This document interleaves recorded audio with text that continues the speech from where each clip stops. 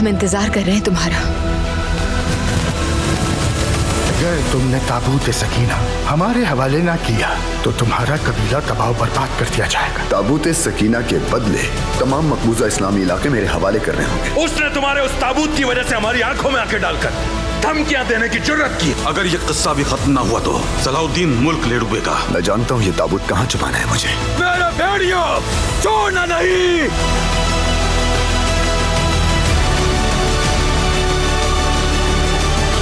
हमें ताबूत निकालना है यहाँ से।